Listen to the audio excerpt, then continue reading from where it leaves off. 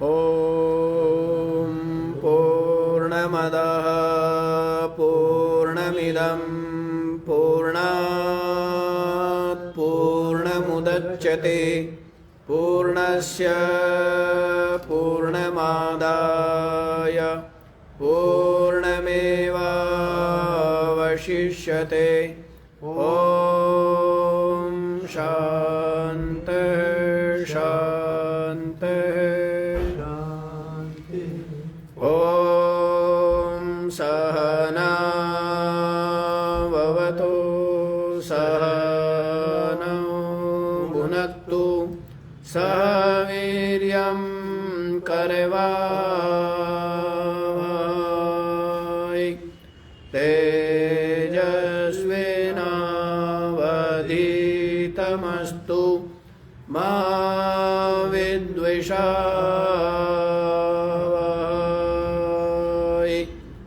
ॐ शान्तिः शान्तिः शान्तिः।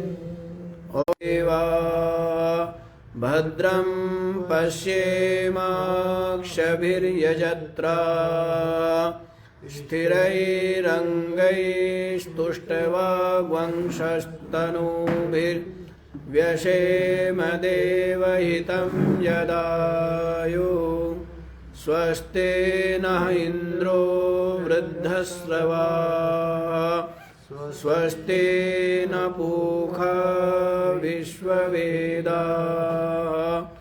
स्वस्ति नस्तारक्ष्यो अरिष्टनेमि स्वस्ति नो बृहस्पतिर्दधातु। ॐ शान्तिः शान्तिः शान्तिः।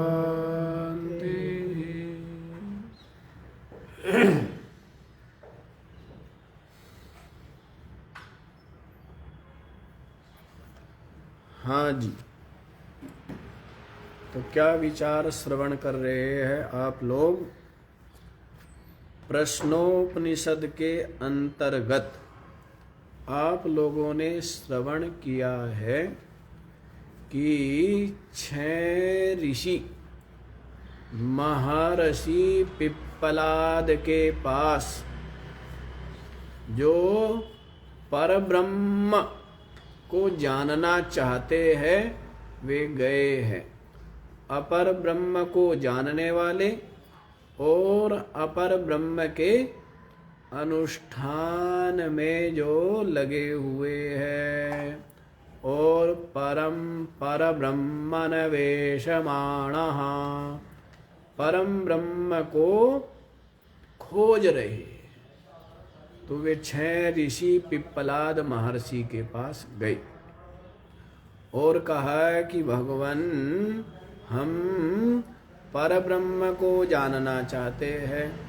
तो पिप्पलाद महर्षि ने कहा 1 वर्ष तक, यद्यपि आप लोग तपस्वी हैं फिर भी 1 वर्ष तक श्रद्धा पूर्वक तप के सहित ब्रह्मचर्य पूर्वक क्या करो, हमारे पास निवास करो, और यदि मैं जानता हूँगा तो तुम्हारे प्रश्नों का समाधान करूँगा।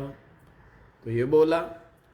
तो वे 6 ऋषि पूरी श्रद्धा के साथ तपस्या और ब्रह्मचर्य से युक्त होकर गुरु शुश्रूषा परायण होते हुए 1 वर्ष तक उन्होंने पिप्पलाद महर्षि के आश्रम में निवास किया।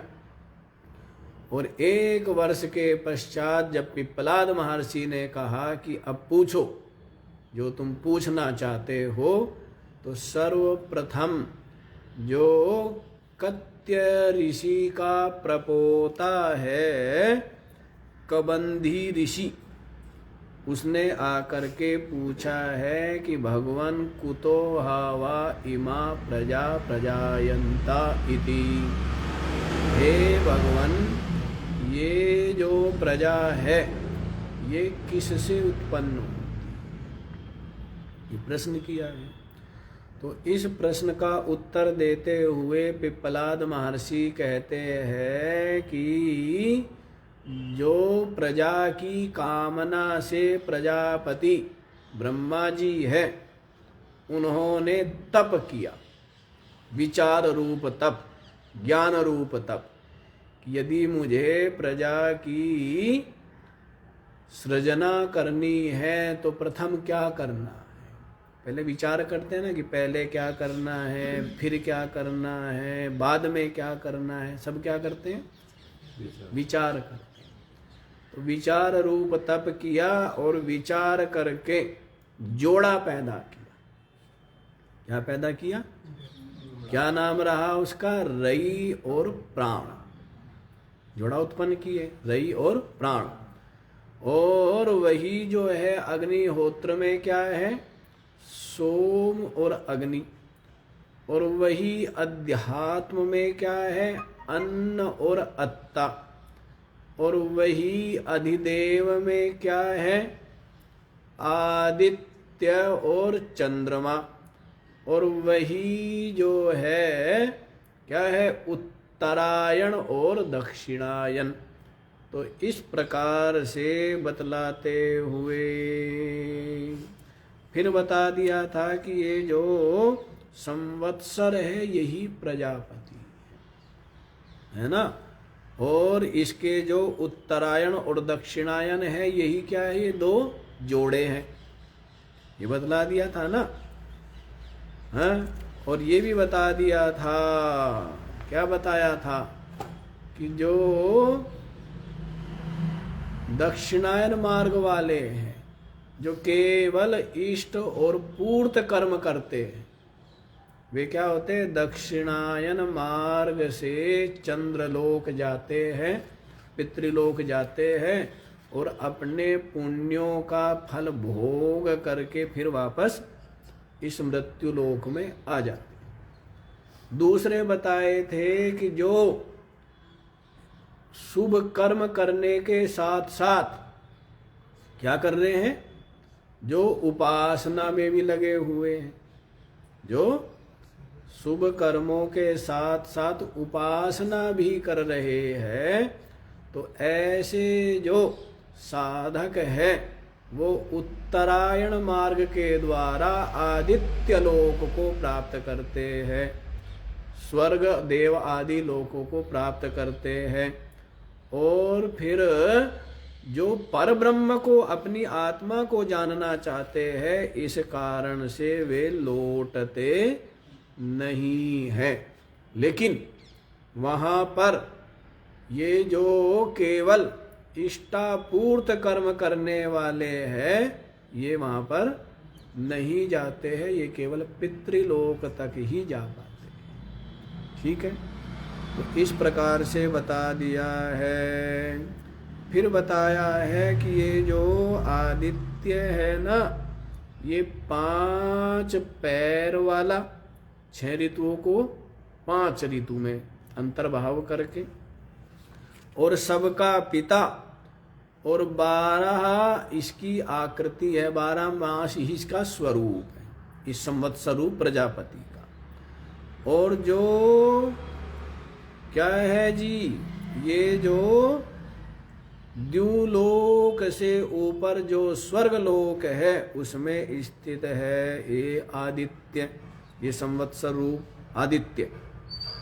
और ये जो काल के ज्ञाता है वे क्या कहते हैं, दूसरे जो काल के विद्वान हैं वे क्या कहते हैं, इसी आदित्य को 7 चक्रों वाला, 7 चक्र माने 7 रंग है, और 6 जो है वो क्या है, इसकी आराई। ऐसा इस आदित्य को बतलाते हैं।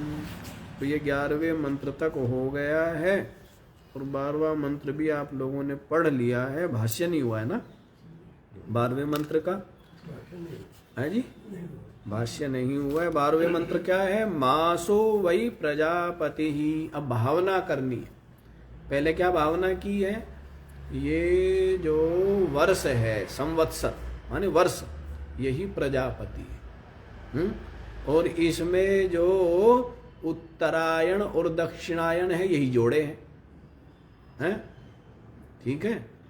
और ये सब उत्तरायण और दक्षिणायन किसके द्वारा होते हैं? चंद्र और आदित्य के द्वारा होते हैं। आदित्य के द्वारा है ना, कि 6 मास आदित्य जो है वो उत्तरायण में रहता है और 6 मास दक्षिणायन में गमन करता है।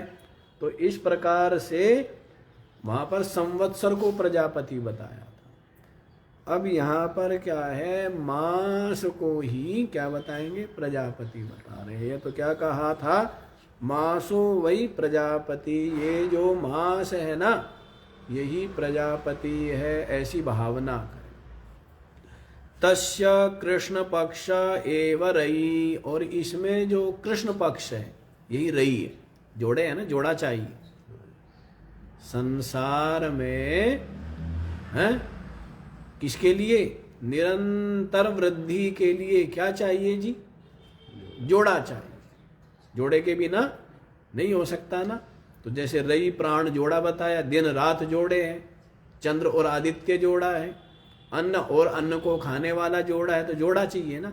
अन्न रह जाए खाली तो खाने वाला ना हो, और यदि खाने वाला है और अन्न ना हो तो एक के अभाव में दूसरा क्या हो जाएगा? नष्ट हो जाएगा, नहीं हो जाएगा। और दोनों हो तो उनके द्वारा क्या होंगे? दोनों वृद्धि को प्राप्त होते रहे, है ना। इस तरह तो इसलिए ये जो कृष्ण पक्ष है यही रई है, शुक्ल प्राण, और ये जो शुक्ल पक्ष है यही प्राण है। तस्माद् एते ऋषयः शुक्लम शुक्ल इष्टम कुर्वन्ति, इसलिए ये जो ऋषि लोग हैं ये क्या करते हैं? ये शुक्ल पक्ष में जो अग्निहोत्रादि कर्म है वो कब करते हैं? शुक्ल पक्ष में करते हैं।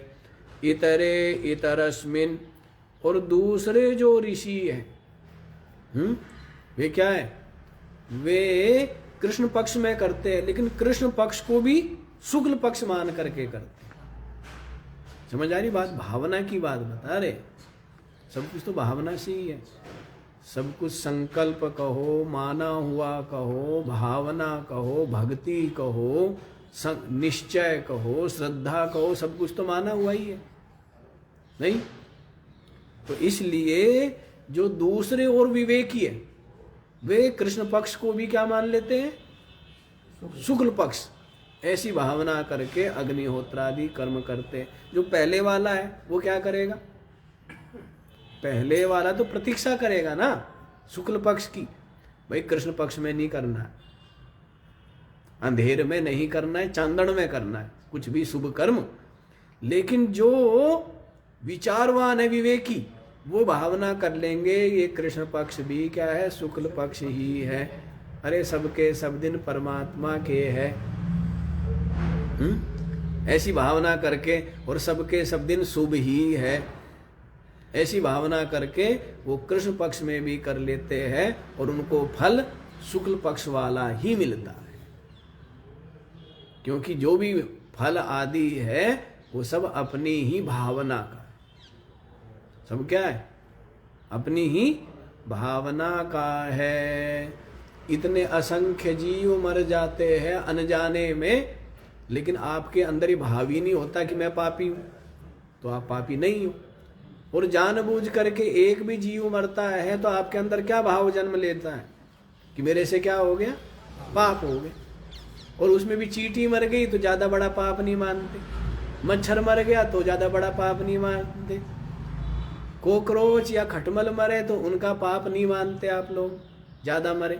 और यदि कोई मनुष्य मर जाए तब क्या मानते हो? अरे मेरे से इतना बड़ा पाप, और मेरे से तो गाय मर गई, कितना बड़ा पाप। तो जैसा आपके मन में भाव गया जान करके, वैसा ही अपने आप को आप पापी या पुण्यात्मा मानते हो? नहीं मानते हो। भावना से ही तो है। जैसा मान लेंगे वैसा ही, जैसा भाव बना लेंगे वैसा ही अब ये भाव बना लिया कि मैं जीव हूं तो क्या है, जीव है। और ये भाव बना लिया कि मैं शरीर हूं तो क्या है, शरीर है। और ये भाव बना लिया कि मैं वृद्ध हूं तो अपने आप में वृद्धत्व भासने लगता है, नहीं भासने लगता है। और यदि वृद्ध व्यक्ति भी ये भाव बनाए कि मैं क्या हूं, वृद्ध नहीं हूं, मैं युवा हूं, तो उसका क्या हो जाता है, वैसा ही है ना, भावना के अनुसार वैसा ही शरीर भी चलने लगता है, दिमाग भी चलने लगता है। पहले ही सोच लेंगे कि बूढ़े हो गए हम, तो उसमें क्या होगा, शरीर बूढ़ा, इंद्रिया बूढ़ी, दिमाग बूढ़ा नहीं हो जाएगा। और यदि आप ये सोच ले, एक चिकित्सा भी है, रेकी चिकित्सा, रेकी जो चिकित्सा करते हैं ना, बैठे बैठे ऐसे संकल्प से ही क्या कर देते हैं, व्यक्ति को स्वस्थ करते हैं। कई लोग फोन से करते हैं कि हाँ देखो यूँ आपका जो दर्द है पैरों से निकल रहा है, यूँ हाथ करेंगे और यूँ आपका दर्द पैरों से निकल रहा है, यूँ निकल रहा है, यूँ निकल रहा है। और दिमाग में संदेश चला गया कि निकल रहा है, तो निकल रहा है, निकल गया, सब दिमाग का ही तो है। अभी आपके दिमाग से तो होता है ना, कनेक्शन काट देते हैं लोग। यदि शून्य कर दिया, बेहोश कर दिया तो क्या होता है, दर्द तो हो रहा है। अब आपके दर्द हो रहा था सर में, गोली खा ली तो क्या दर्द नहीं हो रहा है, दर्द तो अभी भी हो रहा है, लेकिन वो संदेश जो है दिमाग तक नहीं पहुंच रहा है। जो दिमाग तक पहुंचे।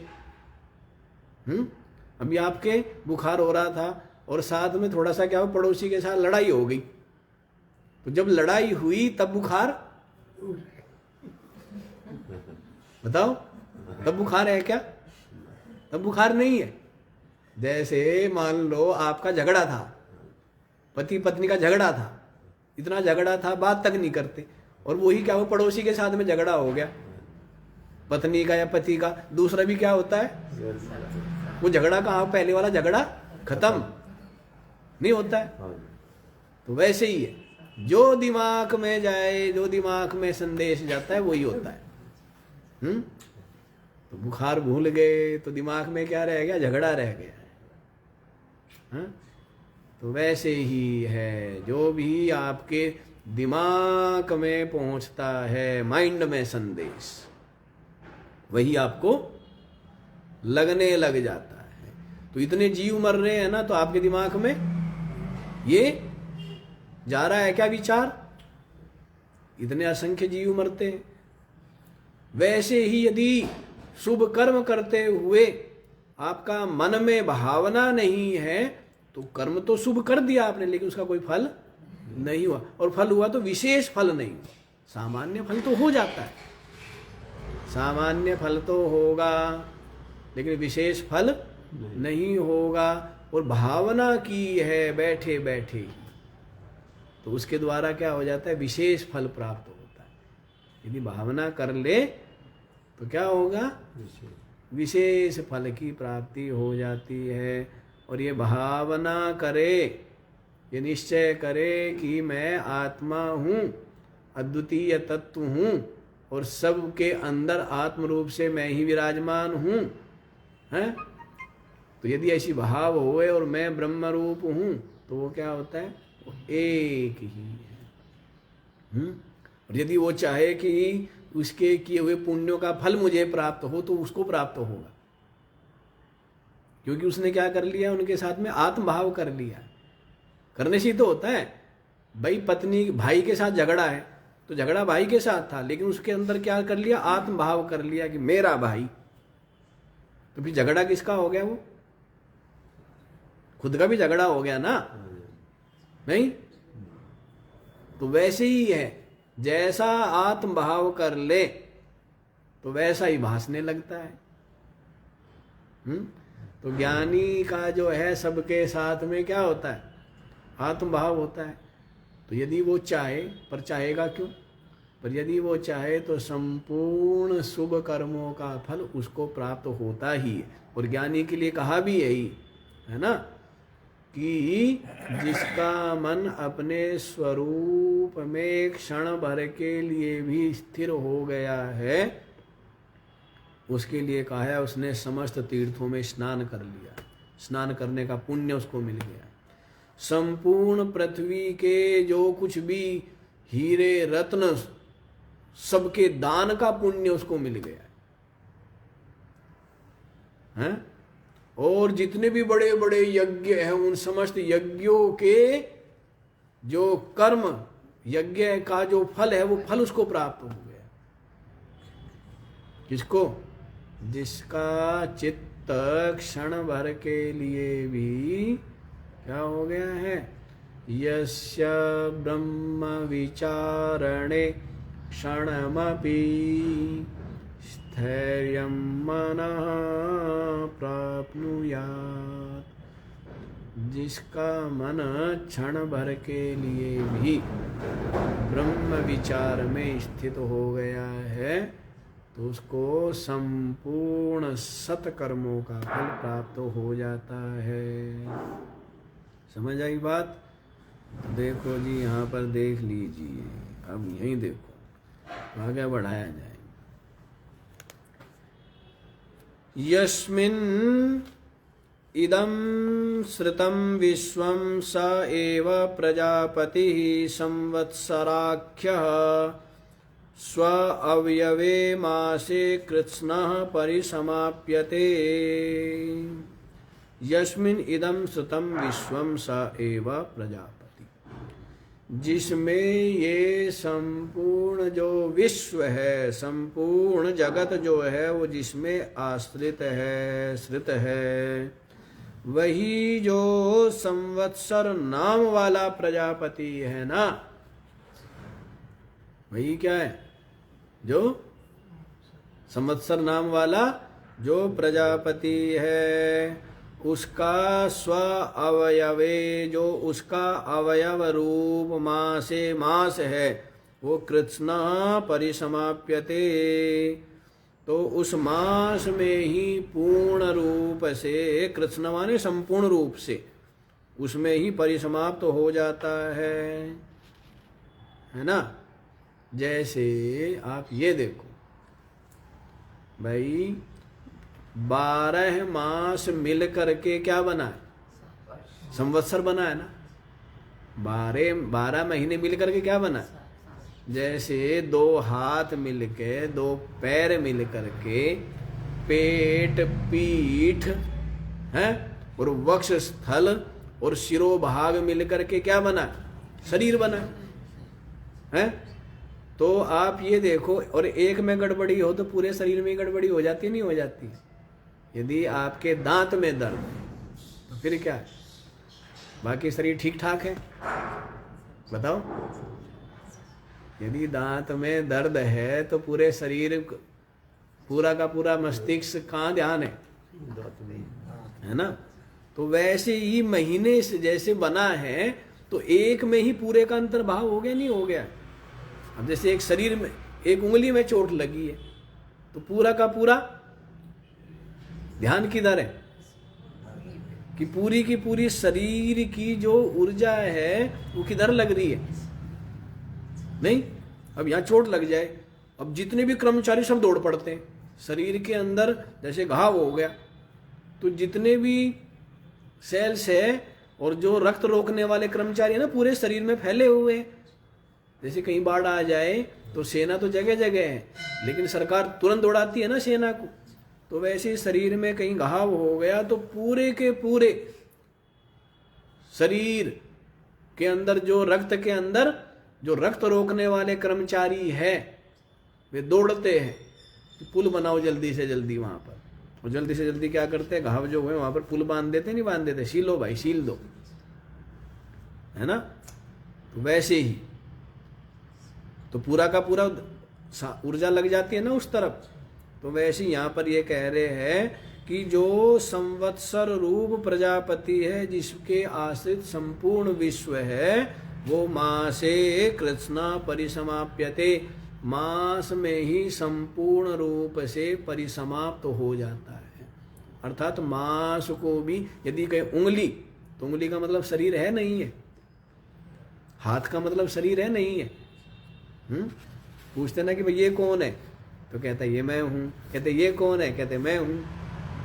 बोलता है नहीं बोलता है। और पैर को हाथ लगाए तो कि ये कौन है, कि मैं हूँ। तो शरीर का तो वो है ना ये संपूर्ण रूप से, तो उसी बात को कह रहे हैं, मास में ही संवत्सर रूप प्रजापति का क्या होता है, समापन हो जाता है। अर्थात मास ही प्रजापति है, मास ही संवत्सर है।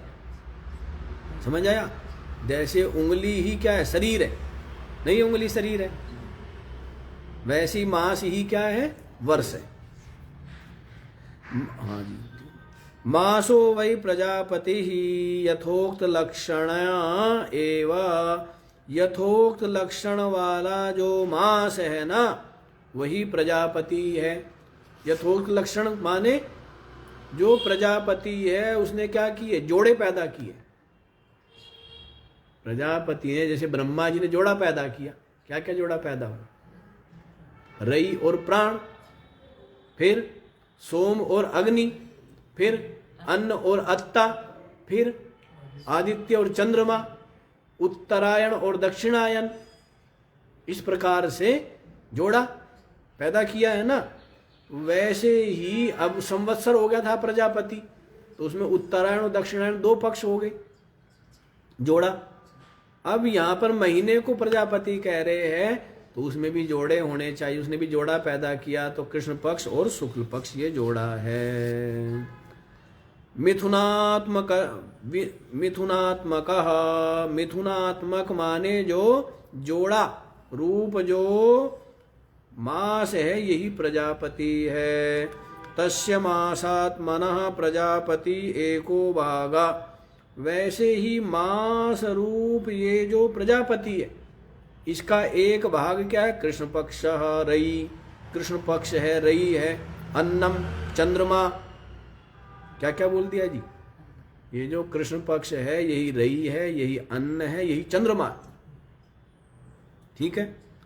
और अपरा भाग, दूसरा जो भाग है शुक्ल, शुक्ल, शुक्ल पक्ष माने शुक्ल पक्ष, प्राण आदित्य अत्ता अग्नि।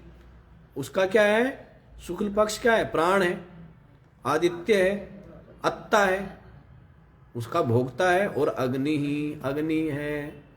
यस्मा शुक्ल पक्ष आत्मानं प्राणम सर्वम एव पश्यन्ति। हाँ जी, जिसलिए शुक्ल पक्ष आत्मानं प्राणम, शुक्ल पक्ष जो है वही अपने आप प्राणम सर्वमेव पश्यन्ति, सभी देखते अपने को प्राण रूप। हैं, सबके सब शुक्ल पक्ष रूप जो प्राण है उसको ही क्या करते हैं, आत्म रूप से देखते हैं। क्या बोला, सर्वम एव शुक्ल पक्ष आत्मानं प्राणम सर्वम एव पश्यन्ति। शुक्ल पक्ष जो प्राण है उसको ही आत्मानं सर्वम एव पश्यन्ति, उसको सबके सब आत्म रूप देखते हैं, सर्वात्म रूप देखते हैं। तस्मात् प्राणदर्शिना एते ऋषयः, इसलिए ये जो प्राणदर्शी ये जो ऋषि है, कृष्ण पक्षे अपि इष्टम यागम कुर्वन्तः। क्या करते, जब उनकी भावना किसमें, प्राण में, प्राण को ही क्या बोला, शुक्ल पक्ष बोला है। तो इसलिए जो प्राण को देखने वाले ये ऋषि है, कृष्ण पक्षे अपि, कृष्ण पक्ष में भी, जबकि सबके सब किस में करेंगे, शुक्ल पक्ष में। लेकिन ये जो ऋषि है जो प्राण को ही शुक्ल पक्ष मानने वाले हैं, आदित्य मानने वाले हैं, ये जो प्राणदर्शी ऋषि है, ये कृष्ण पक्षे भी इष्टम यागम कुर्वन्ता, कृष्ण पक्ष में भी जो इष्ट है, याग आदि है, उसको करते हुए शुक्ल पक्षे एव कुर्वन्ति, शुक्ल पक्ष में ही वे करते हैं। कर रहे कृष्ण पक्ष में, लेकिन माना क्या जाएगा, शुक्ल पक्ष में। समझ आई बात, कर कब रहे हैं, कृष्ण पक्ष में, और माना शुक्ल पक्ष में जाएगा। क्यों, क्योंकि उनकी भावना प्राण में ही शुक्ल पक्ष की भावना है, आदित्य की भावना है, इस कारण से। अब आप ये देखो, जैसे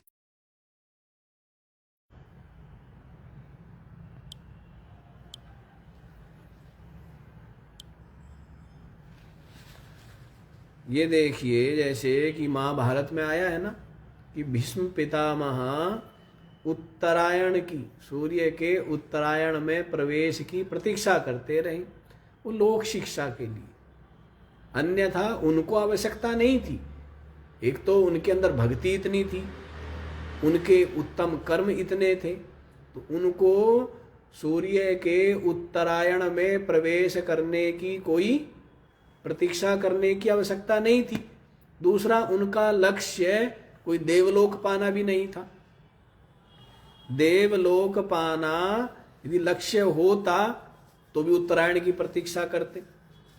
तो एक तो देवलोक पाना लक्ष्य नहीं था, दूसरा इतने ज्ञानी थे, तीसरा इतने बड़े भक्त थे, लेकिन फिर भी उन्होंने उत्तरायण की प्रतीक्षा की तो केवल लोक शिक्षा के लिए, उनको कुछ नहीं मिलना था।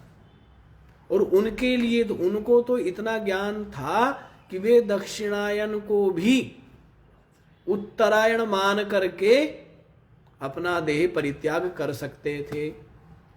लेकिन ज्ञानी के लिए, जो भक्त है, ज्ञानी है, उसके लिए उत्तरायण और दक्षिणायन आदि की कोई महत्व नहीं है।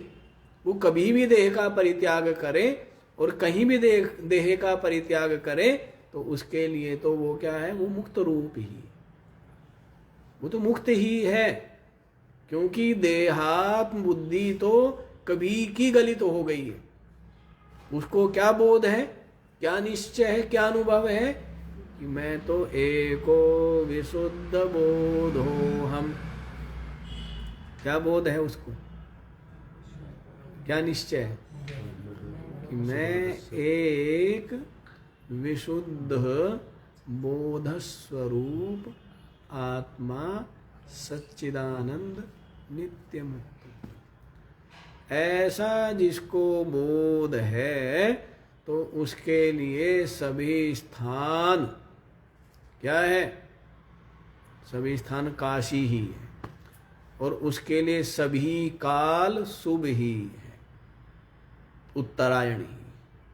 ठीक है, तो इसी बात को कह रहे हैं कि जो साधारण बुद्धि वाले हैं वे तो शुक्ल पक्ष में ही अग्निहोत्रादि करते हैं, लेकिन जो विवेकी है वे कृष्ण पक्ष में भी अग्निहोत्रादि करते हुए क्या करते हैं, शुक्ल पक्ष में ही करते हैं, क्योंकि उनकी भावना प्राण को ही शुक्ल पक्ष रूप जानते हो।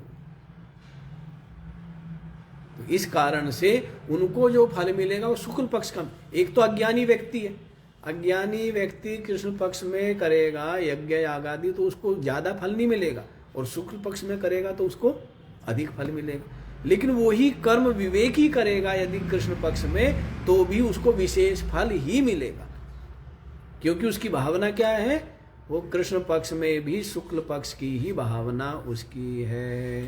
तो अपने भाव की बात है ना, इसीलिए कहा जाता है भाव में, भक्ति में किसी प्रकार का कोई विधि विधान नियम कर्म कांड देश काल की आवश्यकता नहीं है। वहां पर महत्व किसका है, अपने अंदर के भाव, भक्ति का। कर्म कांड में महत्व किसका है, विधि का है, नियम का है, विधि पूर्वक हो, सामग्री भी शुद्ध हो। है अब ये नहीं कि घी लाया है बाजार का डब्बा और उससे अग्निहोत्रादि कर दिया तो उसको विशेष फल नहीं मिलेगा, है ना। लेकिन जो विवेकी है यदि वो तेल से भी कर देगा ना तो उसको क्या मिलेगा, उसको फल मिलेगा। जो भाव वाला भक्ति वाला है ना, आप ये देखो ना, भक्ति के कारण से छिलका भी क्या लगता है श्री कृष्ण को, और वही श्री राम को भक्ति के कारण से क्या लग रहे हैं, सबरी के झूठे बेर भी अमृत के समान लग रहे हैं ना, क्योंकि भक्ति। किसके कारण से? भक्ति के कारण से, भाव के कारण से। समझ आ रही है बात? और बड़े बड़े मेवा मिष्ठान में भी स्वाद नहीं आ रहा है, भाव से ही ना। कोई कहीं आप गए और कोई आपका सत्कार करे, सम्मान करे, लेकिन रोटी भले ही बिना चुपड़ी हो तो भी आपको मीठी लगती है, स्वादिष्ट लगती है। और किसी के पास जाए भावना ना हो, सत्कार ना करे, सम्मान ना करे, तो वहाँ पर जलेबी, मालपुआ, खीर, रसमलाई भी क्या लगते हैं? फीके लगते नहीं लगते हैं। तो महत्व किसका है? भावना का ही तो महत्व है, नहीं है? तो उसी बात को कह रहे हैं, भावना से देखा जाता है। भावना यदि है तो करेला भी क्या लगेगा? मीठा लगेगा। भावना है ना, तो करेला भी क्या? अरे भाव है इसका, कितने भाव से खिला रहा है, कितने प्रेम से खिला रहा है, तो करेला भी क्या लगेगा? मीठा लगेगा। और गुलाब जामुन खिलाए तिरस्कार करके तो मीठा लगता है क्या? इतना खरा लगता है कि गले से नीचे नहीं उतरता है। उतरता है? बताओ। तो इसलिए भाव की बात है। कृष्ण जी ने 36 प्रकार का भोजन त्याग कर तो छिलके खाए। तो तुम्हें नींद आ रही थी ना, ये तो हम बोल चुके हैं। छिलके वाली बात बोल चुके हैं हम, हैं? अब तुम दूसरे लोग की यात्रा करो तो उसमें हम क्या कर सकते हैं? हैं? कोई दूसरे लोग की यात्रा कर रहा है, कोई कहीं और लोग की यात्रा कर रहा है, ये कहीं और लोग की यात्रा कर रही है, हैं? सारे के सारे ऐसे मिट्टी के लौंदे बैठ जाए मेरे आगे, कह सुनाओ जी, मिट्टी के माधव हैं? कोई समाधि लगा रहा है, कोई ध्यान लगा रहा है, कोई सुसुप्ति में जा रहा है, कहना सारे काम यहीं पाएंगे। अरे आंख खोल के ध्यान से सुनो, ठीक है ना? एकाग्र चित्त हो के, समाहित चित्त हो करके, तो यह सारे काम यही करने हैं। कुछ काम बाद के लिए भी छोड़ देने चाहिए। हाँ, तो बात जो है ना, कर्म कांड में तो विधि निषेध है बहुत ज्यादा, सामग्री शुद्ध हो, इस तरह का हो, सब कुछ हो, लेकिन जहाँ भाव है ना, भक्ति है, तो वहाँ पर ये सब विधि निषेध नियम ये सब कोई लागू। हाँ, देश काल, अब कर्म कांड करना है तो भाई ब्रह्म मुहूर्त में किया जाए, हैं? और ऐसे शुभ तिथि में किया जाए, ऐसे शुभ वार हो, शुभ मुहूर्त हो, उसका प्रतीक्षा करेंगे। लेकिन जब भक्ति है उसके लिए जब भी भजन हो तभी शुभ मुहूर्त, जब भी चिंतन होवे, जब भी भजन होवे, तभी क्या है? तभी शुभ मुहूर्त है? तो उसके लिए प्रतीक्षा, शुभ मुहूर्त आदि की प्रतीक्षा नहीं करने की आवश्यकता है। अच्छा जी, समझ आए? तो इसीलिए कह दिया है कि ये जो प्राण को देखने वाले ऋषि है, ये कृष्ण पक्ष में भी यज्ञ करते हैं, लेकिन उनको फल सुख पक्ष वाला ही प्राप्त होता है। प्राण व्यतिरेकेण कृष्ण पक्ष तैर न दृश्यते, तो उनको तो प्राण से भिन्न कृष्ण पक्ष और कुछ दिखता ही नहीं है उन ऋषियों को। उन ऋषियों की क्या है? प्राण में ही क्या भावना हो गई? शुक्ल पक्ष की भावना हो गई है। तो इस कारण से उनको कृष्ण पक्ष दिखता ही नहीं है, चांदना ही चांदना दिखता है, अंधेर है ही नहीं उनके लिए, है ना? जैसे आज व्यक्ति है, सर्व साधन संपन्न होकर के भी निर्धनता अनुभव करता है, सर्व साधन संपन्न होकर के भी है क्या अनुभव करता है? असंतुष्ट है, मेरे पास ये नहीं, मेरे पास ये नहीं, मेरे पास ये नहीं, मेरे पास ये नहीं। पहले लोगों के पास बहुत संसाधन, बहुत सीमित, लेकिन बड़ी कृपा है, बड़ा आनंद है, शरीर स्वस्थ है, 2 रोटी मिल रही है, हाथ को काम मिल रहा है। क्या क्या भावना थी? भावना की तो बात है ना। क्या बात? इसीलिए जीवन में संतोष था, प्रसन्नता थी, सुख था। और आज सर्व साधन संपन्न होते हुए भी क्या है, मेरे पास ये नहीं, मेरे पास ये नहीं, मेरे पास ये नहीं है, तो अपने में निर्धनता अनुभव करता है ना, गरीबी अनुभव कर रहा है। समझ आ रही है बात? तो जिसके अंदर सकारात्मकता है तो वो क्या है, वो सुखी है। और जिसके पास सब कुछ होते हुए भी नकारात्मकता है वो क्या है? अरे मनुष्य शरीर प्राप्त है? मैं सेवा कर सकता हूँ, मैं सत्संग कर सकता हूँ, मैं साधना कर सकता हूँ, परमात्मा चिंतन कर सकता हूँ, हैं? मनुष्य शरीर प्राप्त है मुझे, मैं कांटा निकाल सकता हूँ। यदि शेर के भी पैर में कांटा लग जाए तो कांटा, हाथी के पैर में लग जाए तो कांटा नहीं निकाल सकता। तो ये देखेगा कि मेरे पास तो बस कृपा ही कृपा है, मनुष्य शरीर प्राप्त है, देवताओं को दुर्लभ। तो जिसके अंदर ऐसा भाव है तो वो क्या है, वो प्रसन्न है, वो आनंद में, वो धनी है। और धनी होते हुए भी जिसके अंदर क्या भाव है, मेरे पास तो कुछ नहीं, मेरे पास तो कम है, मेरे से ज्यादा तो उसके पास है, तो वो जीवन भर निर्धनता अनुभव करता है ना। तो ये सब किसकी बात है? भावना की बात। आप देख लीजिए। तो ऐसी, इसलिए क्या रहना चाहिए, हाँ, कि अरे महाराज कृपा ही कृपा है? सारी की सारी कृपा जो है वो सृष्टि के एक एक कण की कृपा किसके ऊपर है? हमारे ऊपर है। सबका आशीर्वाद हमारे ऊपर है। जब ऐसा भाव रखोगे तो आपको यूं ही लगेगा कि सबका आशीर्वाद आपको मिल रहा है। ऐसा भाव रखोगे तो जैसा रख लो, सबके सब आपसे चिढ़ते हैं, सब आपसे ईर्ष्या करते हैं, सब आपसे द्वेष करते हैं, तो ऐसा भाव रखोगे तो क्या दिखेगा? यही दिखेगा नहीं कि सब आपसे ईर्ष्या करते, सब आपसे द्वेष करते, कोई आपसे प्रेम नहीं करता है, वही दिखने लग जाएगा। दिखना तो आपका है?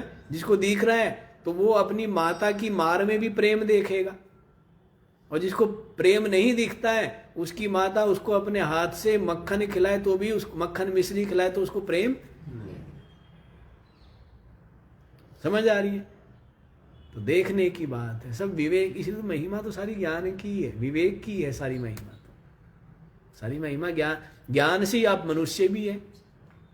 मनुष्य भी तो आप ज्ञान से ही है। कोई मनुष्य का शरीर मिलने से आप मनुष्य थोड़े ही है, ज्ञान से ही मनुष्य है।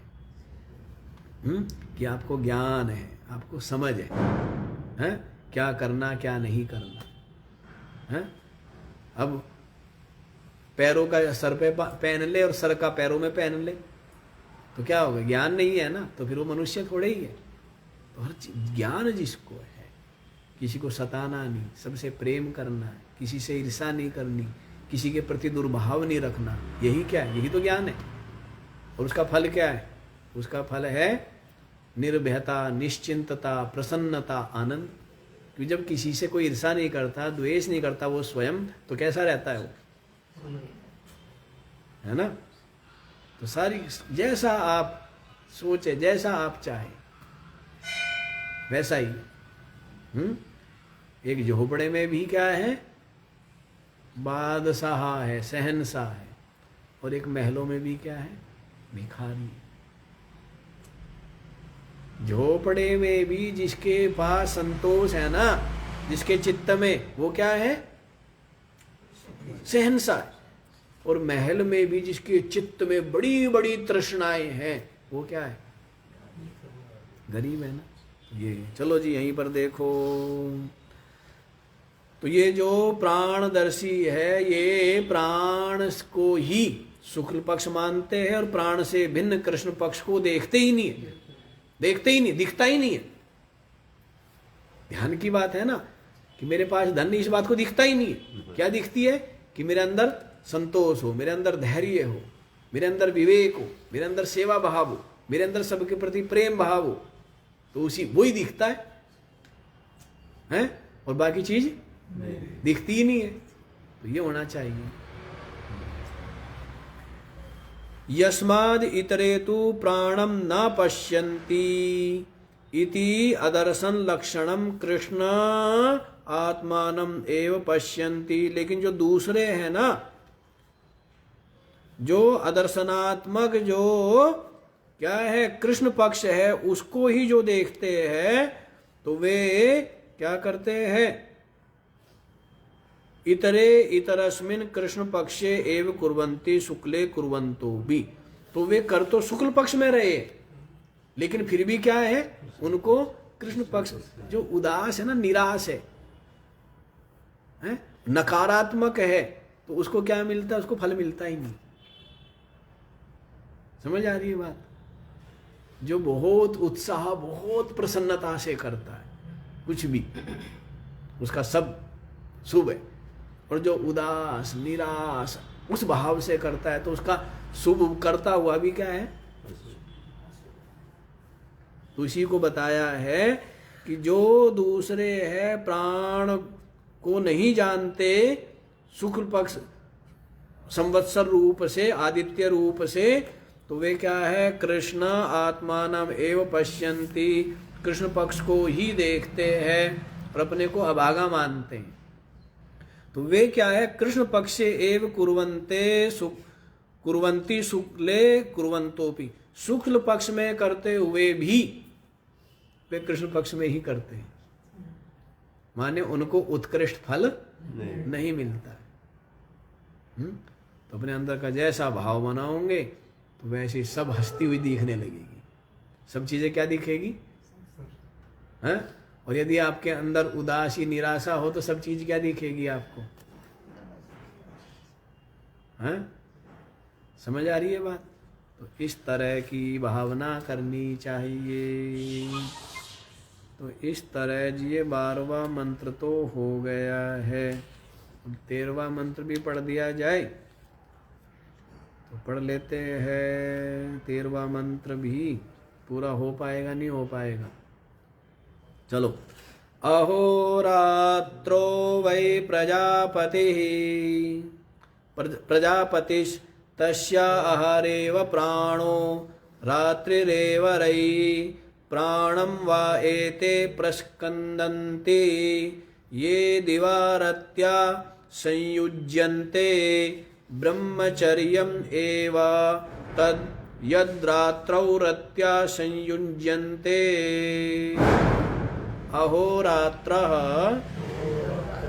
वै प्रजापतिः तस्य अह एव प्राणः रात्रिः एव रयि प्राणं वा एते प्रस्कन्दन्ति ये दिवा रत्या संयुज्यन्ते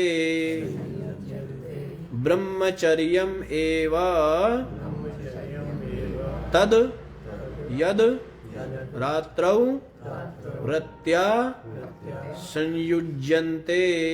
प्रजापति। अच्छा जी, पहले आदित्य चंद्रमा का बोला, फिर संवत्सर में ही क्या की थी प्रजापति, वर्ष ही प्रजापति है, फिर महीने को प्रजापति बता रहे हैं, दिन और रात को। अहोरात्रः वै प्रजापति, ये जो दिन रात है ना यही प्रजापति है। दिन रात ही क्या है, सारा का सारा काम कब हो रहा है, दिन में रात में, ठीक है ना। तो इसे दिन रात ही क्या है प्रजापति है। तो देखो क्या कहते हैं, अहोरात्रः वै प्रजापति, ये जो दिन रात है यही प्रजापति है। तस्य अह एव प्राणः, अब उसमें जो दिन है ना प्रजापति, पहले दिन और रात एक बताया प्रजापति है, लेकिन अब जोड़ा करेंगे तो दिन जो है वो क्या है, दिन ही प्राण है। रात्रि रेव रई, और जो रात है वही क्या है भाई 24 घंटे का जो है वो प्रजापति है, 24 घंटे ही क्या है प्रजापति है। अपने प्राणों की हानि करते हैं, क्या करते हैं, जो दिन में रत्या संयुज्यन्ते, जो रति धर्म का क्या करते हैं आचरण करते हैं, तो उनके लिए कहा है प्राणम वा एते प्रस्कंदंती, वे अपने प्राणों को ही क्या करते हैं हानि करते हैं। समझ आ गई? आगे क्या कह रहे? ब्रह्मचर्यम एव यद तद यद रात्रौ रत्या संयुज्यन्ते, और जो रात्रि में रति धर्म का आचरण करते हैं तो उसको क्या कह दिया है? ब्रह्मचर्यम एव, वह तो ब्रह्मचर्य ही है। उसको क्या बोला है? जो दिन में रति धर्म का आचरण करते हैं तो वे अपने प्राणों को क्या करते हैं? नष्ट करते हैं। और जो रात्रि में रति धर्म का आचरण करते हैं तो उनके लिए कह दिया है कि वो तो ब्रह्मचर्यम एव, वह तो क्या है? ब्रह्मचर्य ही। समझ आ गई बात? तो आगे देखो, इसमें भाष्य जल्दी जल्दी पढ़ देते हैं। सोपी मासात्मा प्रजापति स्व अवयवे अहोरात्रे परिसमाप्यते पूर्वत। अच्छा जी, जैसे महीनों से मिलकर के क्या बना है? साल, वैसे ही दिन और रात मिलके क्या बनते हैं? महीना बनता है ना। दिन और रात मिलकर के क्या बनते हैं? तो उसी को कह रहे हैं, जैसे जो मासात्मा प्रजापति है, वह जो मासात्मा मास रूप महीने रूप जो प्रजापति है, स्व अवयवे अपने जो अवयव है दिन और रात, वही उसमें ही परिसमाप्यते पूर्वत, अर्थात दिन रात ना हो तो महीने होंगे क्या? बताओ। तो इसलिए दिन रात ही क्या है? दिन रात में ही मास समाया हुआ है। जैसे कपड़ा जो है वो सूत में समाया है। कपड़ा किस में समाया? सूत में समाया है ना। तो वैसे ही महीने जो है वो दिन रात में समाये हुए, और जो वर्ष है वो महीने में समाया हुआ है। समझ आया? वर्ष महीने में समाया हुआ है और महीने दिन रात में समाये हुए। इसी को यहां पर कह रहे हैं कि पहले मास को प्रजापति बताया, उससे पहले वर्ष को प्रजापति बताया, फिर मास को प्रजापति बताया, अब दिन रात ही प्रजापति है। तस्य अपि आहारेव प्राण, और उसमें भी जो दिन है ना वही प्राण है। दिन ही क्या है? प्राण है। अत्ता अग्नौ, समझ आया? वो दिन ही प्राण है, अत्ता है, अग्नि है, आदित्य है, जो पीछे बताया था जिसको। रात्रि रेव रई पूर्वत, और ये जो रात है यही क्या है? यही रई है। जोड़े की बात चल रही है। जोड़े की बात क्या चल रही है? जोड़े। जो रात है वही रई है। प्राणम अहरात्मानम वा एते प्रस्कंदन्ति, प्राण को दिन रूप जो ये आत्मा है, दिन रूप जो आत्मा है, प्राण है, तो उसके लिए कह रहे हैं वे प्राण को ही प्रस्कंदन्ति माने नष्ट करते हैं। निर्गमयंती शोषयंती, उनके प्राण निर्गमन होते, बीत जाते हैं। शोषयंती माने सूख जाते, नष्ट हो जाते। वाह स्वात्मनो विच्छिद्य अपनयंती माने अपनी जो आत्मा है उसको ही क्या करते हैं? वो विच्छिद्य माने नष्ट करते, क्षीण करते। अपनी जो प्राण है उन प्राणों को ही क्या करते हैं? वो नष्ट करते हैं। समझ आ गया जी? के कौन करते हैं जी? वे अपने प्राणों को ही नष्ट करते हैं। प्रस्कंदंती माने निर्गमयंती, शोषयंती मतलब नष्ट करते। कौन? के ये दिवा अहानी रत्या रति कारण भूतया सह स्त्रिया संयुज्यन्ते मैथुनम आचरन्ति मूढ़ा। क्या बोला है? ये माने जो, दिवा माने दिन में, आहनी रत्या, आहनी माने दिन में, जो दिन में, रत्या माने रति कारण भूतया, रति कारण भूत जो स्त्री है उस स्त्री के साथ संयुक्त होते हैं, माने मैथुनम आचरन्ति, दिन में जो मैथुन का आचरण करते हैं, मिथुन भाव का, तो उनको क्या कहा है? मूढ़ा। क्या बोला है उनको? मूढ़ कहा है। यथा एवं वे ही क्या करते, अपने प्राणों को नष्ट करते हैं। जो दिन में क्या करते हैं, मैथुन धर्म का आचरण करते हैं, तो वे मूढ़ अपने प्राणों को क्या करते हैं, नष्ट करते हैं। यथा एवं, जिसलिए ऐसा है, इसलिए तस्मात् तन्न कर्तव्यम इति प्रतिषेधः प्रासंगिका। जिसलिए ऐसा है, इसलिए दिन में इसका आचरण, रति धर्म का आचरण नहीं करना चाहिए। ऐसा क्या हुआ, वेद की विधि भी हो गई। क्या वेद जी, ऐसी वेद की विधि हो गई है। ये सोते रहेंगे, समाधि लगी रहेगी।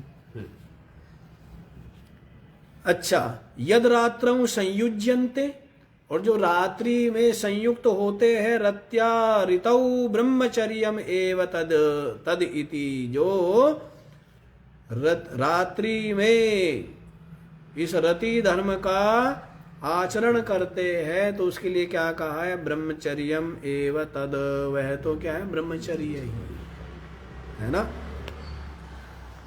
प्रशस्तत्वाद ऋतौ बहार्यागमनम कर्तव्यम इति, तो आया भी है कि ऋतु स्नान आदि बोलते हैं, वो सब ये सब अलग विषय हो जाता है।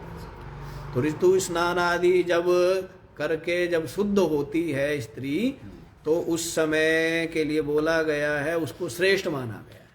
उसको क्या मानते हैं, प्रशस्तत्वाद, उसको प्रशस्त मानते हैं, माने श्रेष्ठ मानते हैं। भार्यागमनम कर्तव्यम इति, कि भार्या का क्या करें, गमन करें। ठीक है। अयम अपि प्रासंगिको विधि, ये भी क्या है, प्रासंगिक विधि है जी। ठीक है ना, ये जो बात है ये भी क्या है, प्रासंगिक विधि है। प्रकृतम तु उच्यते सो अहोरात्रात्मकः प्रजापतिः व्रीहियवादि अन्नात्मना व्यवस्थितः। प्रकृत में कहते हैं अहोरात्रात्मकः, दिन रात्रात्मक, दिन रात्रि रूप जो प्रजापति है, व्रीहियवादि अन्नात्मना व्यवस्थिता, वह व्रीहि है, जो क्या बोलेंगे, व्रीहि। यव माने तो जो हो गया, जो धान आदि है ना, जो धान और जो आदि जो अन्न है, उनके रूप में व्यवस्थित है। हाँ जी, धान और जो आदि के अन्न रूप में स्थित है, वह दिन रात।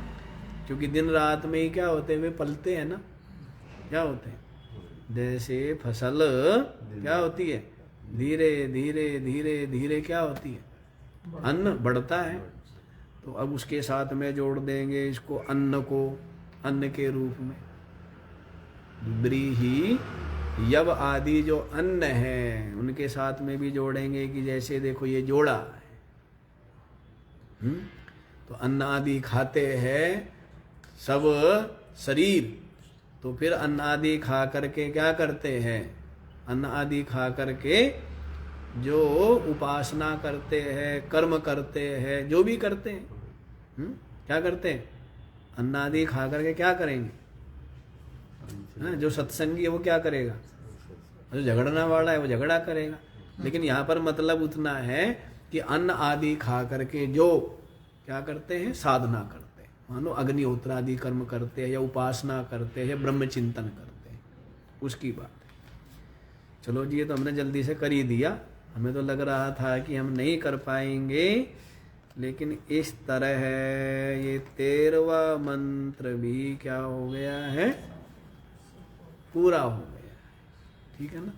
देखो आज के लोग तो जैसे पशु पक्षी अपना जीवन यापन करते हैं, इस तरह जी रहे हैं।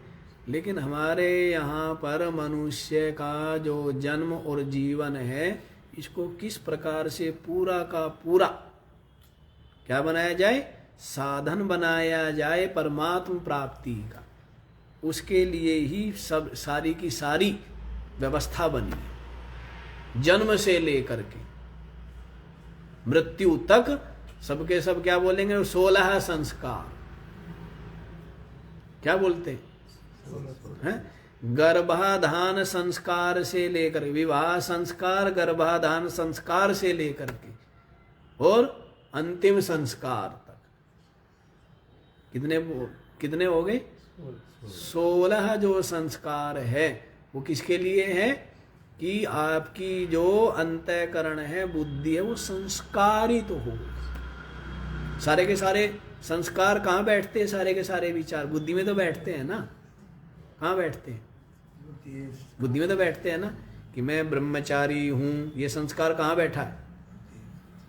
और अब विद्या अध्ययन करके मैं गृहस्थ में प्रवेश कर गया तो ये संस्कार कहाँ बैठा है? और अभी मैं वृद्ध हो गया, संस्कार कहाँ बैठा है? बुद्धि का काम है, तो सब इसी में है ना। तो ये 16 के 16 संस्कार, आत्मा का कोई संस्कार नहीं। आत्मा तो क्या है? संस्कार तो उसका करे जिसमें पहले मैल आवे। जिसमें पहले मैल आवे तब उसको क्या करेंगे? कपड़ा मैला हो गया, अब उसको संस्कारित करना है तो धोएंगे ना। लेकिन आत्मा तो निष्पाप ही। आत्मा तीनों कालों में अकर्ता है, अभोगता है और पाप पुण्य रहित है और निष्पाप है और निर्बंध है, अर्थात मुक्त ही है। समझ आ रही है बात? ये सारे के सारे जो कुछ है किसमें है? उपाधि में, शरीर में है, बुद्धि में, अंतःकरण में। आत्मा में कुछ नहीं है। आत्मा तो निरंतर ही मुक्त है, निर्बंध है, निष्पाप है। ये कर्तृत्व भोक्तृत्व पना सब किसमें है?